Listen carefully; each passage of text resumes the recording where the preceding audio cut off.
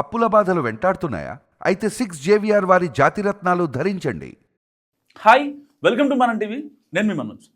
పాకిస్తాన్ మాజీ ప్రధాని చనిపోయాడా, చంపేశారా, నిజంగా హెల్త్ కండిషన్ బాగాలేదా? సో ఇలాంటి వార్తలు ఎందుకు వస్తున్నాయి? అసలు ఫస్ట్ బెలూచిస్తాన్కి సంబంధించిన మీడియా సంస్థ ఎందుకు ఆయన మీద విషప్రయోగం జరిగిందని చెప్పి ప్రపంచ మీడియాకి చెప్పింది? సో కొన్ని మనం ఫ్యాక్ట్స్ చెక్ చేసే ప్రయత్నాలు చేద్దాం. పర్టికులర్గా మనోడికి ఇంత పాజిటివ్ హైప్ క్రియేట్ అవ్వడానికి కారణం ఏంటంటే, ఫస్ట్ థింగ్ మనోడు క్రికెటర్ ఫస్ట్, అండ్ దాంతోపాటుగా పాకిస్తాన్లో ఇన్ఫ్లేషన్ రాకుండా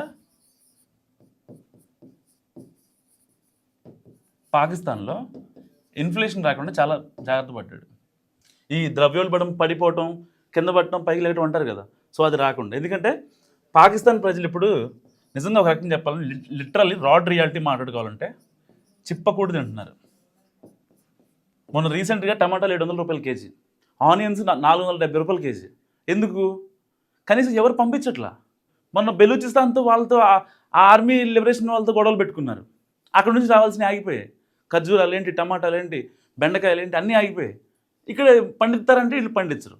వీళ్ళు ఎంత మట్టుకు ఏముంటుంది, ఓన్లీ అక్కడ ఉన్న ఆర్మీ చెప్పు చేతల్లో వింటూ మాట్లాడుతూ టెర్రరిజానికి యాక్టివేట్ చేయడం. లేదు కాదు కూడదు అనుకుంటే ట్రంప్ మా మాటలు వింటారు. ట్రంప్ మా మాటలని పాకిస్తాన్లో ఉన్న ఏదైతే హ్యూమన్ రీసోర్సెస్ ఉన్నాయో వాటన్నిటినీ కూడా వేరే దేశాలకు అప్పగిస్తూ వాళ్ళు కొన్ని కార్యక్రమాలు చేసుకుంటూ ఎంతో అంతో ఐఎంఎఫ్ దగ్గర నుంచి అప్పులు ఇవ్వడం ఇలాంటివి చేస్తూ ఉంటారు. సో ఇంతకు మించి పాకిస్తాన్లో జరిగేది నా బొంద ఇంకేం లేదు. ఇంతకు మించి ఇంకేం ఉండదు. ఎక్కడో అప్పులు తెచ్చుకుంటారు, వాటిని కట్టుకుంటారు. లేదంటే అక్కడున్న టెర్రరిస్ట్ యాక్టివిటీ క్యాంప్స్కి సో దాదాపుగా 70% నిధులు కేటాయిస్తారు. సపోజ్ ఫర్ ఎగ్జాంపుల్ వీళ్ళు ఒక ఐఎంఎఫ్ దగ్గర నుంచి ఒక 100 కోట్లు డబ్బులు తెచ్చుకున్నారనుకోండి. ఒక 100 కోట్లు డబ్బులు తెచ్చుకున్నారంటే దాంట్లో 70 కోట్లు వీళ్ళు ఓన్లీ ఆర్మీకి కేటాయిస్తారు. పోనీ ఆ ఆర్మీ వాడేమన్నా దేశ ప్రయోజనాల కోసం, దేశ ప్రజల కోసం ఏమైనా చూస్తాడా? పొరపాటును కూడా చూడ్డు. వాడు ఎంత మట్టుకు పీఓకేలో నుంచి భారత్ మీద ఎలా క్షిపణులు ప్రయోగించాలి, దానికి సంబంధించిన మిసైల్స్ ఏంటి, ఎలా కొనుగోలు చేయాలి, వాళ్ళు ఏదో 100 కోట్లతో కనీసం ఒక విమానం కూడా రాదు, యుద్ధ విమానం. వీళ్ళ ఆశలు అలా ఉంటాయి అన్నమాట.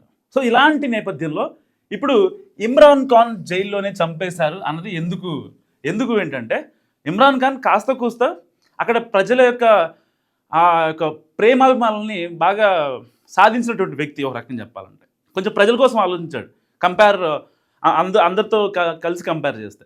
సో ఇలాంటి నేపథ్యంలో రావల్పిండి జైల్లో ఉన్నాడు ఇమ్రాన్ ఖాన్. రావల్పిండి ప్రిజన్లో ఉంటే ఈయనని ములాఖత్కి కూడా కనీసం అట్లీస్ట్ వాళ్ళ అక్క చెల్లెళ్ళు వస్తే కనీసం కలవనివ్వలేదు. ఎందుకంటే వీళ్ళకి డౌట్ వచ్చింది ఎక్కడంటే 2023 ఆగస్ట్ నుంచి ఒక మనిషి జైల్లో ఉన్నాడు. అట్లీస్ట్ మంత్లో 4 సార్లు ఉంటుంది కదా ములాఖత్ అనేది, అందరికీ ఒకటేగా. ఇప్పుడు ఈయనేమి జనాలను దోచేయలేదు, జనాలను చంపేయలేదు, ఇంకా పెద్ద టెర్రరిస్ట్ ఏం కాదు. ఒక మాజీ ప్రధాని, ఒక మంచి మనసున్న వ్యక్తి. ఒక రకంగా చెప్పాలంటే పాకిస్తాన్ ప్రజల గురించి చెప్తున్నాను నేను. సో అంత మంచి వ్యక్తి అండ్ పాకిస్తాన్ మాజీ క్రికెటర్. సో కాస్త కోస్త మంచి మానవత్వం ఉంటుంది కదా, చచ్చిపోలేదు ఇంకా. కానీ పాకిస్తాన్ ఆర్మీ చీఫ్ మునీర్ కావచ్చు, పాకిస్తాన్ ప్రధాని షహబాజ్ షరీఫ్ కావచ్చు, సో వీళ్ళిద్దరూ చేసిన కుట్ర ఏంటంటే, మరి జైల్లో ఉన్నోడిని జైల్లోనే వేసేస్తే నెక్స్ట్ ఎలక్షన్స్లో ఇండిపెండెంట్గా ఎన్నికల్లో పోటీ చేయడు అనే ఒకే ఒక్క రీజన్తో జైల్లోనే విషప్రయోగం చేద్దాం అనుకున్నారు. అలా అని చెప్పి ఈ బెలూచిస్తాన్ ప్రెస్ సంబంధించిన వాళ్ళు ఏదైనా తప్పుడు ఇన్ఫర్మేషన్ ఇచ్చారంటే ఇచ్చింది తప్పుడేం కాదు. ఆయన చనిపోలేదు, ఇది వాస్తవం. రావల్పిండి ప్రిజన్ ఆఫీషియల్స్ కూడా కన్ఫర్మ్ చేశారు, ఆయనకి ఎలాంటి ఇబ్బంది లేదు, ఆయన హెల్తీగా ఉన్నారు. హోటల్కి మించి 5 స్టార్ హోటల్స్కి మించి ఫుడ్ని ఆయన తీసుకుంటున్నారు. సో ఆయన బతికే ఉన్నారని చెప్పి చాలా కరాఖండిగా అక్కడున్న రక్షణ శాఖ మంత్రి కూడా కాసిఫ్ ఎవరైతే ఉన్నారో ఆయన కూడా చెప్పాడు, లేదు ఆయన చనిపోలేదని చెప్పి. కానీ ఇతన్ని చంపాల్సిన అవసరం ఎందుకు వచ్చింది? నెక్స్ట్ ఇయర్ ఎలక్షన్స్ ఉన్నాయి.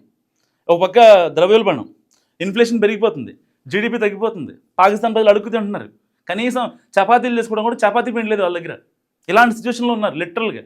సో ఇది ఇంకా కొనసాగాలి. బేసిక్గా ఇప్పుడున్న మునీర్కి కావచ్చు, షహబాజ్ షరీఫ్కి కావచ్చు, పాకిస్తాన్ ప్రజలు ఇంకా అడుక్కు తింటుంటే వాళ్ళు ఆత్మహత్యలు చేసుకొని ఆ పాపులేషన్ మొత్తం తగ్గిపోతే వీళ్ళు ఆ శవాల మీద పేలాలు ఎరుకుంటూ ఉంటారు లిటరల్గా. సో దానికోసం వీళ్ళు ఏం చేయాలో అర్థం కాని సిచ్యువేషన్లో ఇలాంటి విష ప్రయోగాలు చేయడం. ఎందుకంటే ఆ మనిషి 2023 ఆగస్టు నుంచి జైల్లో ఉన్నాడంటే కనీసం నెలకు ఒకసారి ములాఖత్కి ఛాన్స్ ఎందుకు ఇవ్వకూడదు? ఎవరికైనా ఎందుకు డౌట్ రాదు? ఆబ్వియస్లీ వస్తుంది కదా. సో అదే నేపథ్యంలో ఎట్టి పరిస్థితుల్లో నెక్స్ట్ ఇయర్ జరుగుతున్న ఎలక్షన్ సంబంధించి వాటిలో పోటీ చేయకూడదు.